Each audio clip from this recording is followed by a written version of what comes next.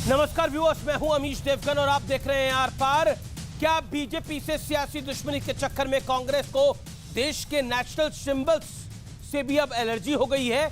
यह सवाल आज इसलिए उठ रहा है क्योंकि भारत अगले साल G20 की मेजबानी करने वाला है, जिसके लिए प्रधानमंत्री नरेंद्र मोदी ने लोगो और वेबसाइट को लॉन्च किया। लेकिन लोगों में कमल का फूल देखकर, कमल का फ्लावर देखकर कांग्रेस पार्टी फायर हो गई। कांग्रेस कह रही है कि भारतीय जनता पार्टी ने पूरी बेशर्मी के साथ बीजेपी के चुनाव चिन्ह को G20 का लोगो बना दिया है, क्योंकि यह पार्टी अपने प्रचार का कोई भी मौका नहीं छोड़ती है। तो दूसरी तरफ भारतीय जनता पार्टी ने भी जोरदार पलटवार किया है। केंद्रीय मंत्री हरदीप सिंह पुरी ने कहा है कि कांग्रेस को इतिहास की याद दिलाई है और ट्वीट किया है कि 1950 में खुद कांग्रेस की सरकार ने कमल को राष्ट्रीय फूल घोषित कर दिया था, लेकिन आज की कांग्रेस राष्ट्रीय चिन्हों पर बार बार अपमान कर रही है। पर अब बड़ा सवाल यह है कि क्या भारतीय जनता पार्टी का सिंबल होने के चलते कमल का विरोध उचित है, क्योंकि इसी कमल के फूल को मां लक्ष्मी, मां सरस्वती से भी जोड़ा जाता है। तो आज इसी पर होगी देश की सबसे बड़ी पॉलिटिकल बहस। फ्लावर पर कांग्रेस हुई फायर। आज की पॉलिटिकल बड़ी डिबेट, बड़ी चर्चा इसी पर।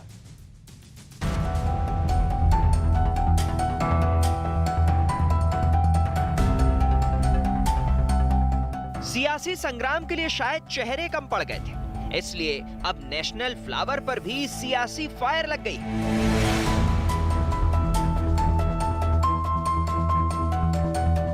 भारत अगले साल G20 शिखर सम्मेलन की मेजबानी करेगा, जिसके लिए पीएम मोदी ने G20 की अध्यक्षता के लोगो, थीम और वेबसाइट को लॉन्च किया।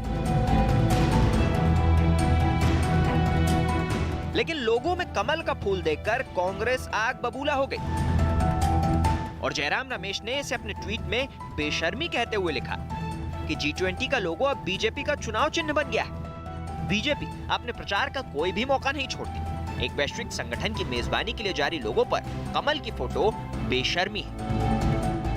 एक राजनीतिक दल का चुनाव चिन्ह अंतर्राष्ट्रीय फोरम पे जो सम्मेलन होने जा रहा है उसका लोगो बन जाए, ये मैं समझता हूँ कि कोई भी समझदार आदमी इसको स्वीकार नहीं करेगा। Everyone of us is proud of our hand, but how would the BJP have reacted if the Congress government or the UPA government had put a hand in an international symbol for the country? दूसरी तरफ कांग्रेस पर जोरदार पलटवार करते हुए केंद्रीय मंत्री हरदीप सिंह पुरी ने ट्वीट किया कि 1950 में कांग्रेस सरकार ने ही कमल को राष्ट्रीय फूल घोषित किया था।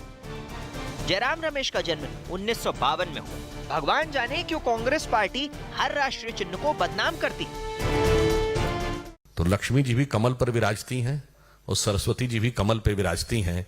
तो जो कमल का विरोध करने की बात करते हैं, तो ये निश्चित रूप से भारतीय संस्कृति और हिंदू धर्म के प्रति एक और अवमानना का प्रतीक है।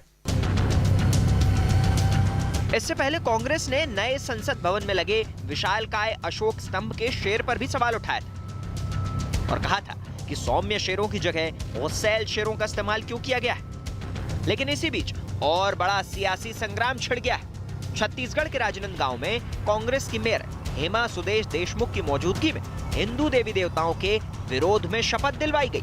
किसी भी देवी देवता को नहीं मानूंगा। कांग्रेस की महापौर की उपस्थिति में एक बार पुनः हिंदू देवताओं और देवी देवताओं के प्रति अपमानजनक टिप्पणियां करने का प्रकरण प्रकाश में आया है कि राहुल गांधी जी अपनी भारत जोड़ो यात्रा में ये लोगों के कान में कौन सा मंत्र फूंकते चले जा रहे हैं।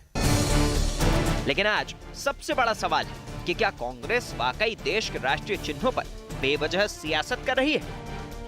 इसी पर आज होगी देश की सबसे बड़ी बहस। फ्लावर पर कांग्रेस फायर।